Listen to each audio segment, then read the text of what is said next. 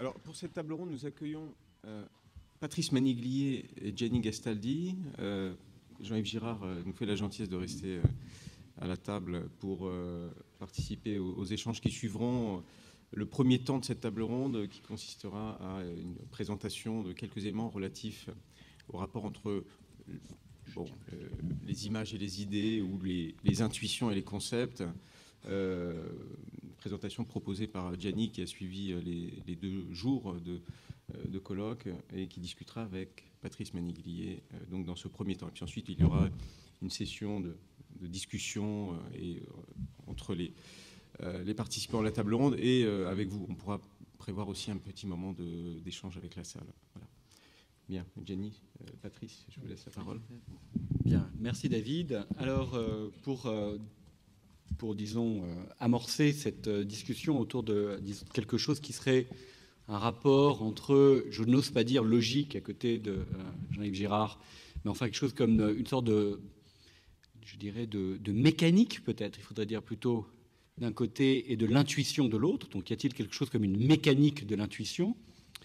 Je voudrais vous parler d'un cas très particulier. D'abord peut-être quelques précisions un petit peu sur les concepts. Traditionnellement, ça vient d'ailleurs de Kant, peut-être le mauvais Kant, on oppose l'intuition et le concept, autrement dit quelque chose qui serait de l'ordre de la sensation immédiate d'un côté et puis de l'ordre de l'intellection médiate de l'autre, quelque chose, on pourrait dire, de l'ordre du concret face à quelque chose de l'ordre de l'abstrait. Et d'une manière générale, il semble que après justement, après Kant, mais en fait aussi avant Kant en fait, une grande partie de la réflexion théorique se soit employée à chercher quelque chose qui serait à la fois intuitif et conceptuel, à la fois perceptif et intellectif, à la fois quelque chose de l'ordre de la compréhension et immédiatement de la sensation. Au fond, il existe un domaine d'objets qui répond à ces exigences, au moins au niveau verbal, c'est la notion de signe. Donc dans le signe, il faut comprendre que dans un signe, il n'y a pas d'un côté le sens qu'on comprendrait, d'un autre côté le signe qu'on percevrait comme un objet matériel qui serait associé de manière extérieure à une signification qui serait idéale, abstraite. S'il y a justement un sens à utiliser la notion de signe, c'est précisément parce que le signe est l'objet d'une perception particulière. L'objet d'une perception très particulière. Alors le cas, évidemment, le plus paradigmatique de ça, au fond, même si je ne vais pas en fait parler de ça, mais c'est ça que j'ai en tête finalement, c'est le langage naturel, j'entends par langage en l'occurrence, la parole humaine qui utilise des langues, qui suppose des langues, c'est-à-dire qu'il y a une certaine donc aussi relativité de ce point de vue-là. Donc c'est un petit peu le cadre, disons, de cette réflexion, mais pour vous donner immédiatement un exemple, je voudrais parler, pour qu'on comprenne en fait ce que c'est que le problème de l'intuition. Le problème de l'intuition, c'est le problème d'un savoir dont on n'arrive justement pas à dire, précisément parce que ça renvoie un petit peu aux questions d'explicite et d'implicite, dont on n'arrive pas justement pas à dire sur quoi exactement il repose, bien qu'il fonctionne comme savoir, c'est-à-dire qu'il soit au fond validé de manière immanente dans les interactions qui sont les nôtres. Alors l'exemple dont je veux parler, c'est l'exemple de ce qu'on appelle dans les sous-marins des oreilles d'or ou des grandes oreilles. Donc vous pouvez être oreille d'or. D'ailleurs, j'ai vérifié tout à l'heure qu'il existait un appel d'offres de la marine française qui cherche des oreilles d'or. Ça demande une compétence toute particulière. Donc les oreilles d'or, ce sont ces gens qui, dans les sous-marins, en particulier dans les sous-marins nucléaires, ont pour tâche d'écouter les échos sonars qui leur viennent de l'extérieur du sous-marin et de discriminer parmi ces échos sonars, donc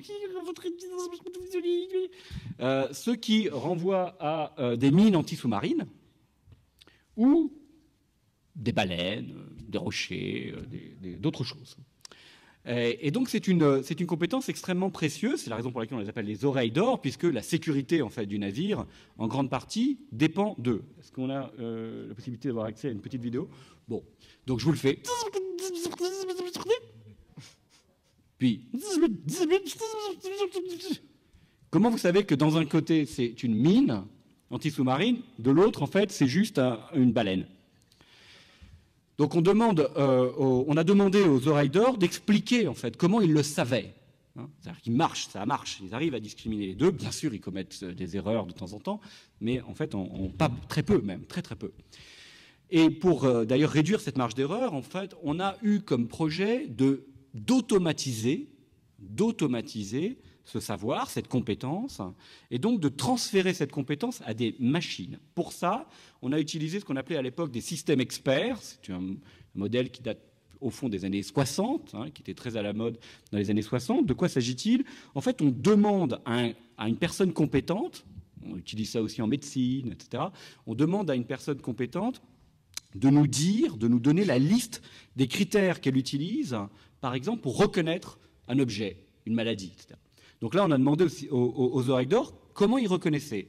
Il se trouve que les oreilles d'or sont incapables de dire sur quoi ils se fondent, sur quels indices sonores ils se fondent pour dire ceci est une mine, ceci est un. Ils sont incapables de le dire avec précision. Ils peuvent utiliser éventuellement des métaphores, mais ils sont incapables de le dire. On est là donc dans un domaine typique de ce qu'on appelle ce qu'on appelle vernaculairement, je dirais, de l'intuition. Ils savent de manière intuitive, c'est-à-dire qu'ils ont une sorte de perception immédiate de la chose, mais ils ne sont pas capables de dégager la procédure en fait qui les conduit à faire ce jugement.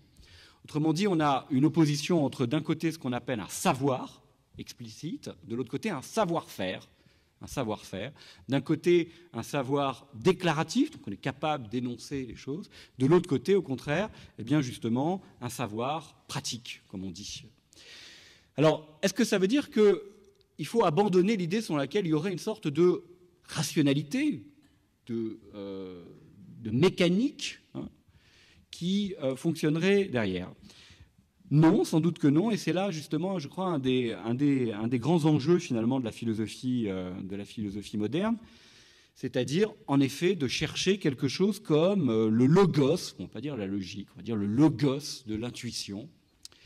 Et je vous proposais un modèle qui, j'insiste tout de suite, n'est pas pour moi la réponse qui a enfin trouvé la solution à ce que serait la mécanique de l'intuition, mais juste une manière de penser les problèmes que peuvent poser cette mécanisation de l'intuition, qui est en fait un modèle donc, qui a été proposé dans les années 80 par deux informaticiens, ingénieurs, qui ont proposé donc une machine pour représenter, enfin plus exactement pour simuler le comportement des oreilles d'or et obtenir des réponses.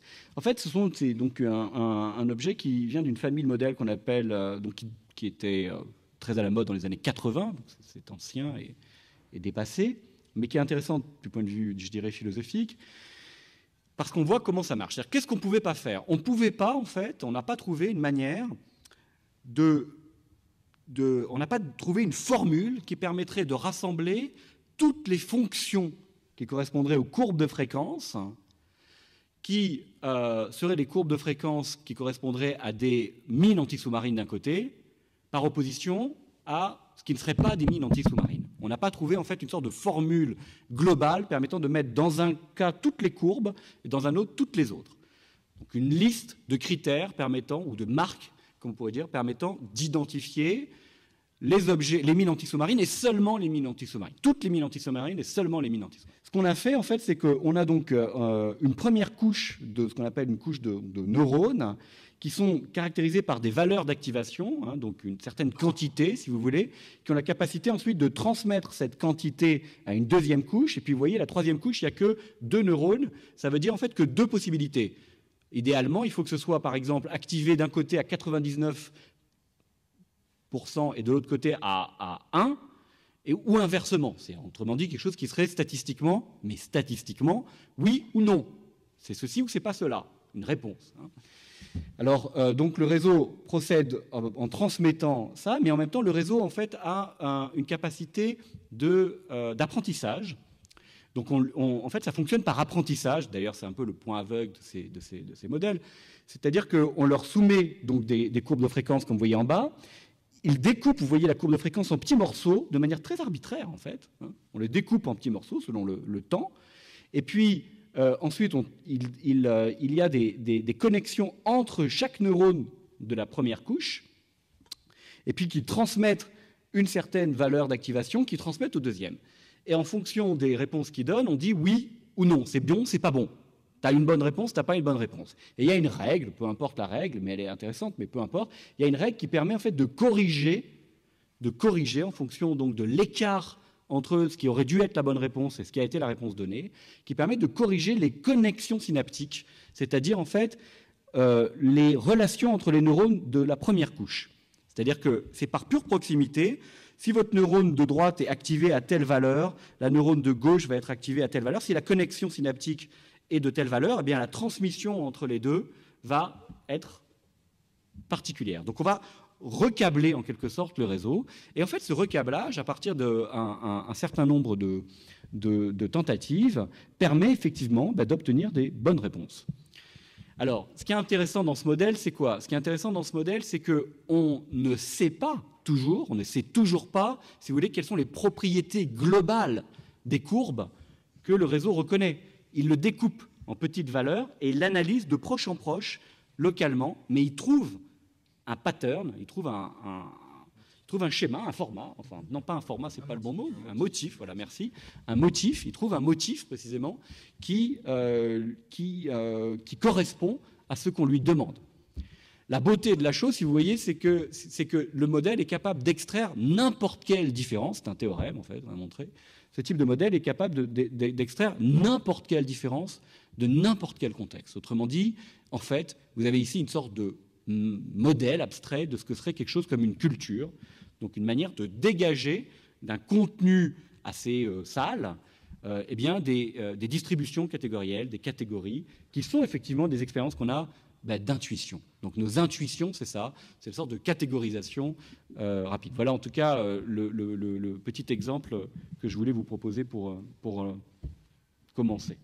Alors, la discussion qu'on avait engagée avec Patrice, c'était qu'est-ce que cet exemple nous dit par rapport à la question de l'intuition rapportée au concept, ce qui est une manière de traduire ou de capturer ce qui, au fond, nous intéresse ici, c'est le rapport entre art et théorie. Enfin, on classe l'art du côté de l'intuition, on classe les théories du côté concept. Et donc, on essaie de penser comment les rapporter. Est-ce que l'intuition, c'est quelque chose qui joue à l'intérieur du concept ou pas, qui peut être capturé par le concept ou pas? Alors, on part de cette distinction entre intuition et concept, et en la replongeant, en récapturant les problèmes à partir d'un cas comme celui-ci, dont on insiste en fait sur l'intérêt avant tout philosophique, et on peut penser à d'autres modèles, on peut penser encore à d'autres solutions, d'autres manières de modéliser, enfin bref. Et c'est pas ça qui nous intéresse, c'est plutôt des pensées comment on pose les problèmes. Alors, est-ce que les défauts de la détermination de la différence entre une mine et une baleine, qui est purement intuitive, dans le sens plus courant du terme, et suppose les défauts du concept? Est-ce que ça montre en fait que l'intuition n'est absolument pas capturable par le concept, bien que peut-être capturable par d'autres moyens qui sont eux-mêmes pratiques, on pourrait même dire de l'ordre du bricolage formel, parce qu'on n'a pas un format défini, on a certaines dynamiques. Ou, d'autre part, enfin d'une autre manière, ou inversement, on pourrait dire qu'il faut changer la notion de concept, parce que cette notion de concept qu'on avait jusque-là est trop restreinte, elle est trop, comment dire, trop parfaite pour être honnête, quoi. Et qu'en fond, un concept comme tel n'a jamais existé dans aucune science, même pas dans les mathématiques. Il n'y a que la logique qui a cru à ça. Et donc, au fond, la question est là. Est-ce qu'il faut maintenir une divergence profonde entre intuition et concept, ou est-ce qu'il faut modifier d'abord le concept, mais peut-être aussi celle d'intuition, pour trouver une entente nouvelle. Alors, évidemment, si on pose la question telle que Patrice disait qu'on l'a posée par rapport à cet exemple, c'est-à-dire qu'on ne peut pas trouver, on demande aux gens et aux oreilles d'or de donner les traits caractéristiques qui déterminent le concept de mine, parce qu'au fond c'est ça qu'on cherche, c'est-à-dire donnez-moi quels sont les traits caractéristiques qui capturent l'objet mine, quoi, et le fait mine. Et évidemment ça ne marche pas. Et donc on dit il n'y a pas de concept, il n'y a que de l'intuition. Et évidemment, c'est pas évident. Évidemment, il y a des cas, ouais, évidemment, il y a des cas où ça marche, mais dans chacun de ces cas-là, on sent qu'il y a que cette définition du concept va contre la notion d'intuition. Et on corrige l'intuition, en général, lorsque le concept est déterminé par ses traits caractéristiques. Or, il se trouve que, bien qu'on puisse attribuer cette notion de concept à la logique elle-même s'est occupée de changer, de se donner des outils nouveaux pour ne plus penser les concepts de cette façon-là, même si la philosophie ne s'était pas rendue compte, pour le dire de manière un peu plus brutale. Et évidemment, ce n'est pas tout à fait vrai, mais on pourrait éventuellement constater un retard de la philosophie par rapport aux avancées de la notion, de la pratique de la conceptualité en logique. Au fond, on pourrait dire que là, il y a quelque chose de l'ordre de la logique, hein, même si ce n'est pas tout à fait clair. De l'ordre du logos, c'est clair. Est-ce qu'on peut faire une logique de ça? C'est une question à poser. Du coup, c'est une question que je passerai je poserai volontiers à Jean-Yves. En tout cas, il y a des tentatives, même très tôt dans l'histoire de la logique, même par exemple pour Frege, qui a fini par rater complètement le coup, mais qui avait des intuitions là-dessus, justement en contestant toute détermination de concept par une liste des marques caractéristiques. Alors, pour poser ça, c'est pas les seuls, évidemment, et j'insiste sur le fait qu'il a finalement raté son coup, mais ça a généré de ses faits. Et donc, on pourrait opposer deux notions de concept, justement en fonction de sa possibilité d'inclure des éléments intuitifs. Donc la première serait celle de définir le concept par des traits caractéristiques, par des marques. Alors vous dites une table, c'est un objet qui a 4 pattes et qui a une certaine extension, qui est plat en hauteur. Enfin, et vous donnez de plus en plus des marques caractéristiques. Alors le concept dans ces cas-là fonctionne de telle sorte que plus vous ajoutez des marques, moins des objets qui correspondent à cette description tombent sous ces concepts-là. C'est-à-dire, si je dis, bon, la table c'est un objet, il y a plein de choses qui sont un objet. Si je dis c'est un objet qui a 4 pattes, il y a moins. Et à la limite, on pense que l'intuition, dans la mesure où je peux la capturer à l'intérieur du concept, vient par la possibilité de donner une infinité de termes, de telle sorte que je ne capture qu'un seul objet. Alors, c'est ça qui fait défaut dans ce cas-là. C'est-à-dire, on ne peut pas capturer des intuitions de type oreille d'or avec une suite, même infinie, mais cette infinité, en fait, n'existe pas. C'est l'un des points que Jean-Yves montrait. C'est idéal, hein, c'est illusoire. Et il faut croire aux essences pour le faire. Ça ne marche pas comme ça, au fond. Et donc, il y a d'autres manières d'envisager le concept, même si elles ne sont pas complètement logiques. Je n'ai pas la réponse, mais en tout cas, il y a une tradition qui part un peu plutôt de la géométrie ou de l'analyse du 19e, qui passe par des gens comme Cassirer, qui arrivent jusqu'à Deleuze, où en fait, un concept élargit son extension en élargissant son intention.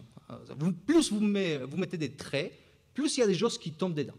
Ce qui est assez bizarre si vous comprenez cette logique d'ajouter des traits pour qu'il y ait moins des choses qui tombent sous ces concepts. Et les traits étaient conçus comme des conditions restrictives. Vous mettez à table, vous ajoutez noir, il y a encore moins de tables. Vous ajoutez des tables noires qui soient ainsi, encore moins de tables. Et alors, comment fonctionnerait? Je ne peux donner que des intuitions ici, mais ce qui est à la base, c'est de ne pas comprendre des concepts comme des classes, ou comme des groupes, ou comme des ensembles, mais les comprendre comme des fonctions. Et alors, c'est des choses d'une technicité très élémentaire, mais technique quand même. Et donc, je veux juste donner voilà, quelques graphes. L'idée, c'est de prendre la définition d'un élément. Dans ce cas-là, on va donner la définition de cette courbe comme ça, qui est là. Vous voyez, la courbe rouge, qui est déterminée comme ça, qui n'est pas en principe une courbe analytique. Elle vient de la géométrie, on ne peut pas la déterminer algébriquement, c'est-à-dire on ne peut pas la déterminer par des traits caractéristiques, si vous voulez. Et donc il y a une manière de la rendre algébrique, c'est-à-dire de faire ce qu'on appelle un développement de Taylor, c'est-à-dire vous faites des approximations par des termes. La première approximation, c'est de dire, sur ces points-là, et toutes les approximations sont toujours locales, c'est dans un point qu'on fait une approximation. Est-ce qu'on peut le chercher là? Non, je crois qu'on peut le chercher ici peut-être. Oui, voilà. Vous faites une approximation en un point. Et vous la faites avec un trait, c'est-à-dire un nombre ici. Et plus vous ajoutez des traits, plus votre approximation sera proche de la courbe locale. Enfin, de la courbe globale. Donc, vous voyez que les termes s'ajoutent ici. Plus vous ajoutez des traits, plus votre courbe est capable de couvrir l'extension de cette intuition que vous voulez s'approcher. Bon, c'est un peu le modèle que les gens ont en tête. Enfin, j'avoue que là, c'est très, très allusif et même ça devient très analogique. Mais au fond, c'est ce que des gens comme Cassirer ont dans la tête et ce que Deleuze, au fond, essaye de faire. C'est des déterminations non extensives du concept, mais intensives. Ce qui pose au fond, de toute façon, l'idée, ce n'est pas de conclure, c'est juste d'ouvrir un peu le débat. Et ce qui pose donc, au fond, cette alternative qu'on peut retrouver au long de ce colloque, depuis le début, entre une vision du rapport entre concept et intuition qui dit il faut garder l'intuition dans une altérité fondamentale. La logique ne peut pas, au fond, la capturer dans ses déterminations. Et donc on trouve que cette intuition, si on veut faire la théorie, il faut la faire sous d'autres régimes que celui de la logique, par exemple les régimes narratifs, et un peu à la Benjamin, tel que Alex Costanzo l'avait posé hier, une sorte de sérialisation des éléments au plus près des intuitions, philosophie du pauvre, comme disait Alex, et c'est Benjamin. Et vos concepts sont toujours collés aux petites choses que vous savez devant. On ne peut pas en faire une logique en général. On peut mettre là-dedans aussi, il faudrait voir, mais un peu ces éléments intuitifs du langage tels que Joseph Mouton le mettait en avant hier. Il y a des éléments que vous ne pouvez pas capturer par la signification du langage. Il y a la sonorité, il y a la tonalité, il y a la gestualité, il y a l'altérité d'une langue. Tout cela ne peut être que performé. On peut pas trop en faire la théorie. On peut en parler, mais ça reste toujours local. Ou on peut faire une logique aussi générale que possible. Et ça, c'était plutôt la vision de David Rabouin, par exemple, ou d'une toute autre manière, mais qui se recoupe avec celle-là, peut-être la position de Jean-Yves Girard. Enfin, encore une fois, je laisse ça comme ouverture. Donc, il m'est semblé que ce petit débat, cet exemple, ces cadrages permettaient de comprendre deux possibilités par rapport au thème qui est au fond au cœur de ce qui nous rassemble, entre le rapport entre intuition et concept. Voilà. Merci Gianni et Patrice. Une autre manière de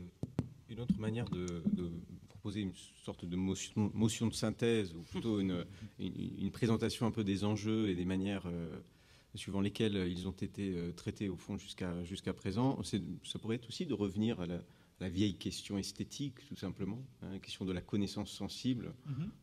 Et si je mentionne cette option, c'est parce qu'elle est aussi plus familière au public, question de la connaissance sensible, de l'articulation du sensible et de l'intelligible. Et au fond, là, quand la question esthétique s'est posée, à un certain moment de l'histoire de la pensée, c'était bien pour essayer de résoudre aussi ce problème de qualifier, partant de Leibniz et arrivant à Baumgarten, le fameux inventeur de la notion d'esthétique comme discipline autonome de la pensée, essayer de penser les propriétés de ces idées claires et confuses qui sont assez bien exemplifiées par l'oreille d'or. Je sais, il y a une vérité. C'est une mine, mais je ne peux pas déployer tous les caractères, tous les critères qui me permettent d'épuiser, disons, cette intuition dans un concept et dans une vérité rationnelle, une espèce d'idée claire et confuse. Parler d'esthétique aussi, c'est pointer un autre enjeu de la question que vous posiez à l'instant, c'est la question de la transmission.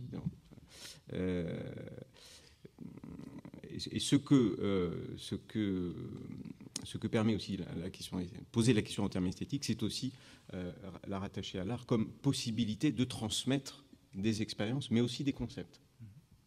Et l'option que tu indiquais aussi, l'option benjaminienne, l'option qui rattache la philosophie à une forme aussi de production d'images et de travail d'images, c'est aussi un des modes de résolution aussi de cette question, aussi de la transmission de cette vérité claire et confuse qui caractérise cette tension entre les pôles que vous avez bien posée. Mais j'aurais envie de lancer peut-être les échanges à cette table ronde en m'adressant à Jean-Yves et en essayant, oui. Et peut-être en te posant la question, je ne sais pas si tu auras envie de répondre dans ces termes-là, et à partir de peut-être d'une question un peu historique comme ça concernant la logique, mais il y a tout de même, et on l'a entendu dans ta présentation, un terme un peu paradoxal, eu égard à la polarité un petit peu qui a été posée à l'instant entre intuition et concept, entre logique et intuition, c'est le terme de logique intuitionniste. Bon. Est-ce que tu pourrais simplement, si possible... Je pense que très honnêtement, la logique intuitionniste ne répond pas vraiment à ce type de question. Ici, il me semble de manière évidente qu'on a une question simplement de format, que tout le format est par définition mensonger. Tout format est une violence. Et donc, le format, soit il est trop restrictif, soit il ne l'est pas assez, mais ça tombe jamais juste. C'est ce que nous dit le paradoxe de Richard, et vous prenez la notion de définition, et si vous la revue par Gödel en particulier, vous dites ça de manière extrêmement... Vous définissez la définition de manière précise, quelle que soit votre définition, soit elle est incorrecte, auquel cas ça ne va pas, ou soit elle oublie quelque chose. Donc ça peut pas, il y a quelque chose qui ne peut pas passer. Bon, alors maintenant l'intuitionnisme, historiquement, c'est une réaction contre cette vision prussienne des mathématiques, représentée en particulier par Hilbert. Il y a tout un tas d'aspects un peu, je sais pas, qui sont un petit peu subjectiviste dedans. Il y a la reconnaissance fondamentale que l'objet ne vient pas tout nu et que l'objet fait l'objet d'une construction, autrement dit qu'il y a un format dedans. Il y a un format. Donc l'objet ne vient pas sans format, et donc je pense qu'il faut aller jusqu'au bout, qu'on n'est jamais allé jusqu'au bout, parce que malheureusement on a déversé beaucoup trop de prêchi-prêcha de style subjectiviste autour de l'intuitionnisme, de tas d'écoles qui fonctionnent exactement comme des chapelles. Vous avez l'impression d'être dans une réunion de la scientologie quand vous voyez ces gens-là. C'est pas très excitant, quoi. et revenir donc au sens kantien, originel, que l'objet, l'objet nu n'existe pas, il n'y a pas.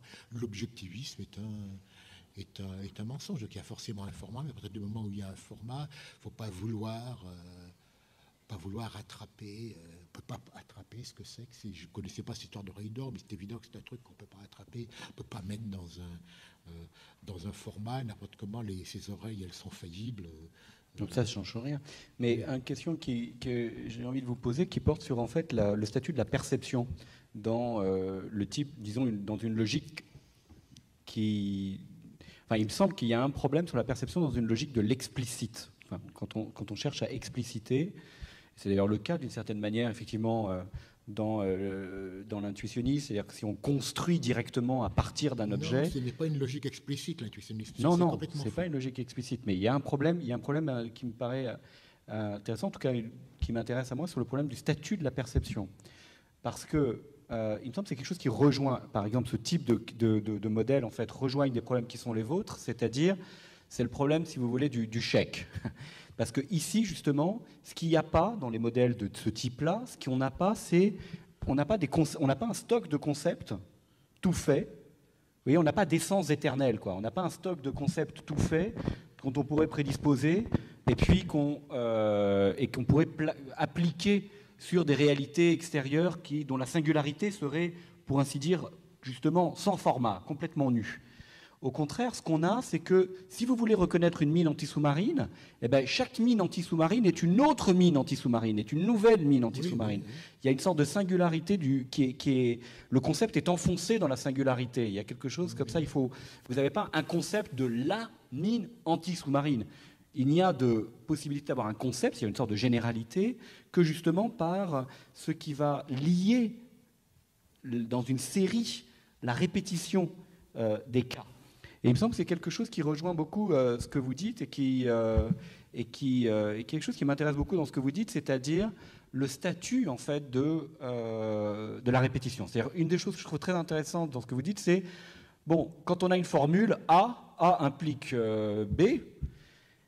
Ce que vous dites, la différence entre l'implication au sens général, c'est voilà, on aurait une vérité éternelle, A implique B, ouais, voilà, on l'a, quoi. Puis à chaque fois qu'on trouverait un A, ben, ça impliquerait un B. Et il me semble que ce que vous dites, vous, c'est quelque chose comme non, quand vous déduisez B de A, vous perdez votre premier A.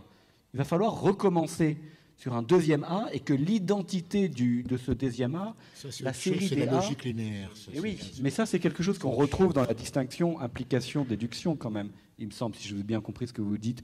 C'est quand même l'intuition du chèque, elle est là. C'est-à-dire, bon, ben, si tu le donnes, tu le perds.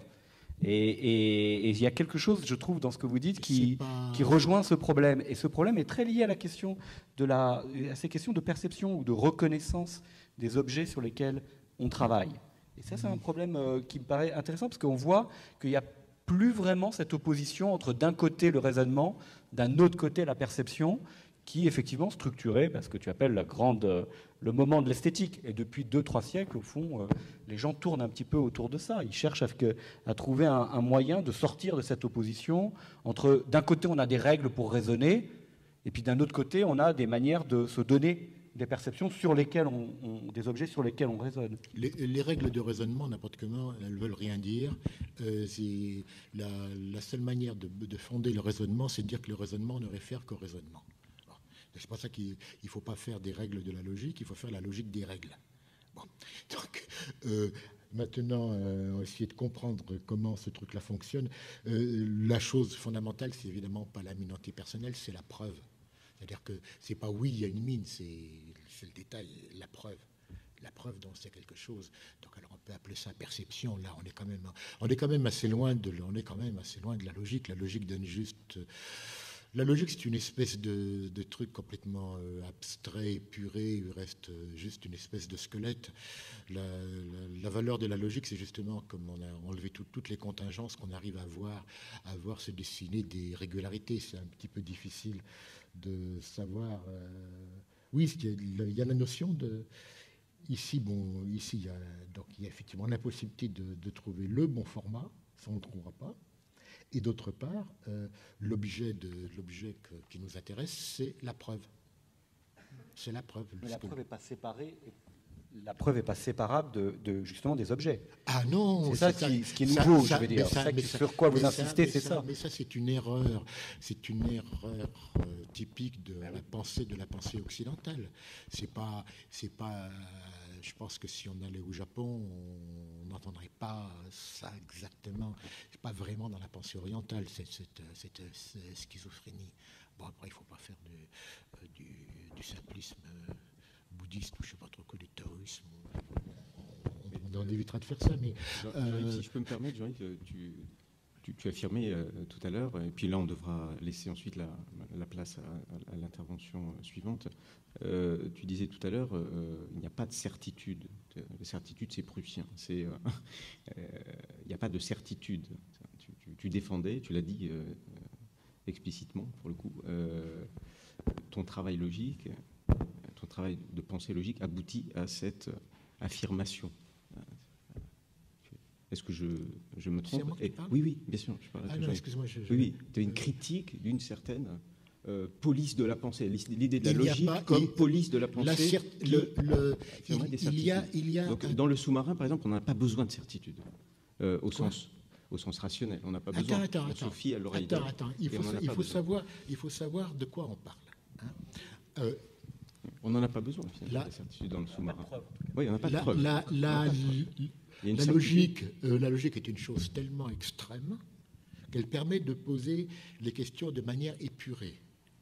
Donc, on peut poser la question, est-ce qu'on peut avoir une certitude et une incertitude raisonnable? Alors, effectivement, on ne peut être sûr de rien. La seule chose dont on peut être sûr, c'est ce qu'on a appelé analytique, mais on en est sûr tout simplement parce que ce sont des choses châtrées, qui ne serviront pas. Une chose qui ne sert pas. On ne peut en être sûr. Le PV de gendarmerie, il est analytique tout simplement parce qu'on se contente de dire il est écrit. Mais on ne lui fait surtout pas confiance à ce qui est écrit. On dit simplement confiance. Machin a écrit ça tel jour. Bon, on ne va pas discuter qu'il a écrit ça tel jour. On l'a vu l'écrire. Mais donc, la certitude, dès que la difficulté, c'est lié au fait de prévoir. On entend quelque chose et on dit je fais telle action en fonction de ça. Là, on peut pas, une fois pour toutes, on peut avoir aucune certitude. Maintenant, donc on ne peut en avoir aucune certitude absolue. Hein, mais je n'ai pas dit qu'on n'avait pas de certitude épidictique. Donc on ne peut pas avoir de certitude apodictique, ce mot terrifiant, apodictique, donc certitude qui ne pourrait être basée que sur Dieu ou en politique sur la charia ou des trucs comme ça. Alors on est absolument sûr, couper la main au voleur, bon, ça ne se discute pas, bon, ça c'est la certitude apodictique. Hein. Bon. Maintenant, la certitude épidictique, c'est la certitude qui est basée sur un contrat entre les droits et les devoirs. Et on estime qu'avec l'expérience, avec beaucoup de choses, l'expérience de siècles de mathématiques, par exemple, que ce contrat va être honoré. Mais on ne peut pas en être absolument sûr. C'est là, donc, c'est ce qu'on a appris en 1931, c'est qu'on ne pouvait pas être sûr de ça absolument. Mais on a une certitude de tous les jours. On croit à ce qu'on écrit, on croit au théorème qu'on écrit. On est quand même à peu près certain de ça. Donc on a une certitude contextuelle. Presque, on a une bonne certitude quand même. Mais ce n'est pas la certitude apodictique. Oui. Elle est épidictique, c'est-à-dire qu'elle a quelque chose, le mot épidictique, il a quelque chose d'un peu critique. Il y a quelque chose d'un petit peu empoulé qui laisse une petite place. Donc, on peut tout à fait faire des choses. On va faire des choses qui prédisent dans des applications militaires qui me disent on va être à peu près sûr de ce qu'on fait. Merci. Il faut pas confondre. Il faut pas confondre il faut pas confondre. J'ai pas dit qu'on doutait tout le temps. Mais si on peut poser des questions complètement abstraitement, le doute, on ne peut pas l'éliminer. Merci. On doit. Là, il faut s'interrompre. Oui. Merci beaucoup. Merci à tous.